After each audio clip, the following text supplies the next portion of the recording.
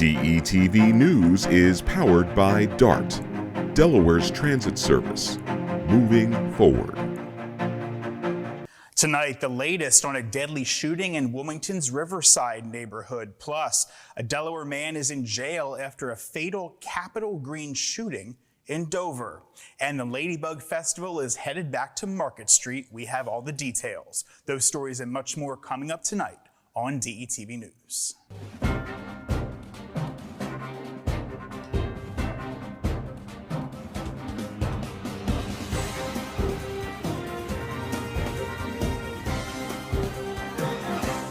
Good evening and welcome to DETV News. I'm Matt Ford. Thanks so much for being with us tonight. Here's what's making news today. A shooting in Wilmington's Riverside section leaves one person dead and two others injured Monday night. Wilmington police responded to reports of gunfire in the 2700 block of North Thatcher Street around 7:30 p.m. Upon arrival, officers found 3 people with gunshot wounds. An 18-year-old male who was transported to the hospital in critical condition succumbed to his injuries, and a 17-year-old male remains hospitalized in critical condition, while a 21-year-old man is listed in stable condition. The circumstances surrounding the shooting are still under investigation, and police have not released any additional details at this time. Residents in the area are urged to come forward with any information that might assist in the investigation. Wilmington police can be contacted at 302-576-3990. Tips can also be submitted anonymously through Delaware Crime Stoppers at 1-800-TIP-3333 or delaware.crimestoppersweb.com. To Dover now, where a man is behind bars in connection with the shooting death of a man on Capitol Green on Saturday. Dover police reported that members of the Special Operations Response Team executed a search warrant on East Wine Drive Sunday, leading to the arrest of 59-year-old William Mills. Mills was taken into custody without incident. The victim has been identified as 29-year-old Jenaire Pollard of Dover. The shooting was reported late Saturday afternoon in the area of Newcastle Avenue and East Water Street. Pollard reportedly suffered a gunshot wound to the upper body and died later at the hospital. Mills is charged with murder and possession of a firearm during the commission of a felony. He is being held at Sussex Correctional Institution on $250,000 cash bail. This investigation is ongoing, and anyone with information is urged to contact Dover Police. And an undisclosed number of firearms were stolen from Miller's Gun Center early Monday after thieves used a flatbed truck to break into the store. Newcastle County Police responded to the security alarm shortly before 2 in the morning at 97 West Jackson Avenue off Route 13. The truck was found across from the shop in the Dry Clean Central parking lot Tuesday morning. Detectives and investigators are investigating the theft. Crime scene tape surrounded the area with several police vehicles present. The flatbed truck, confirmed stolen from the Brandywine 100, was towed for evidence processing. The extent of the damage and the number of firearms that were stolen, that's still under investigation. Anyone with information is asked to contact Detective Diska at 302-395-8030. To Sussex County now, where Georgetown may see some big changes with new regulations for recreational marijuana. A proposed ordinance could allow retail marijuana shops and growing facilities in the town. The rules would ban drive-thrus and outdoor seating for these businesses. A public hearing on the ordinance is set for tonight, Tuesday, May 28th.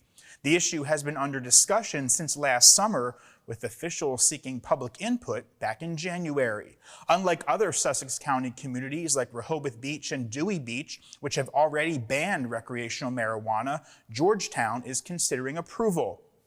If passed, ordinance will need Planning Commission and Town Council approval. And staying in Georgetown, a child was airlifted to a hospital after a dog bite Sunday evening. State police say the incident happened on Wilson Hill Road.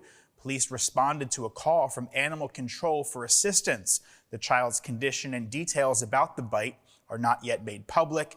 The Office of Animal Welfare is investigating the incident. Again, they're in Georgetown. To health news now. Firefighters make up less than 1% of the population, but they're at a higher risk for mental health issues. Delaware is launching a new mental health and resiliency program to address this concern. A 2015 survey found firefighters have over 3 times the suicidal ideation rate of the general population. In 2022, a survey revealed that more than 1/3 had a history of suicidal thoughts. The Delaware State Fire Prevention Commission announced the new program in April to support firefighters and EMTs. Licensed social worker Diane Glenn will provide confidential mental health services and resources. The program aims to reduce stigma, offer trauma-informed care, and promote physical well-being. Efforts include a crisis line, annual mental health checks, and peer support. Dennis Carradine of the Trauma Survivors Foundation emphasizes building trust and acknowledges the ongoing stigma around mental health in the first responder community. And finally this evening, the Ladybug Music Festival, boasting a 100% all-female fronted lineup, returns to Wilmington on May 31st. This completely free event celebrates all-female fronted bands, duos, singers, and songwriters who take over venues all along Market Street. Canadian band Rose Cora Perry and The Truth Untold will perform at the Queen in Wilmington. That starts at 7:20 p.m. The band embraces 80s rock influences with a modern twist on it. Music will be heard from 7 different stages along Market Street, along with local food and dessert trucks and vendors. Sounds like a good time. Well, that's going to do it for this DETV News Brief. Be sure to follow us all across your favorite social media platforms at DETV. And while you're there, check out our website. That's detvch.com. With tonight's news, I'm Matt Ford. I'll see you right back here tomorrow night.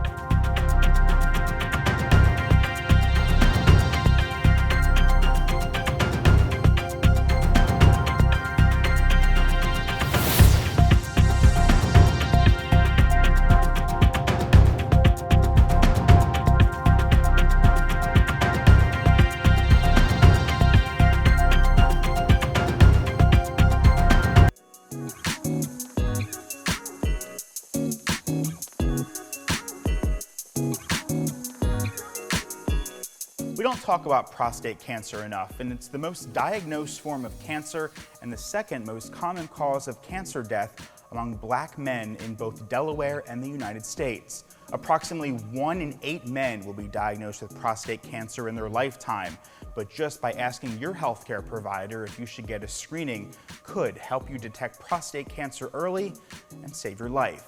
So let's talk about it. Talk to your healthcare provider today about a prostate cancer screening if you are 40 years of age or older, or have a family history of prostate cancer. If you don't have insurance, or if your insurance doesn't pay for cancer screenings, Screening for Life may provide you with the screenings that you need, and nurse navigators make this process easier. To learn more, visit healthydelaware.org/prostate or call 211. Ask your healthcare provider about a prostate cancer screening, and you're asking for so much more.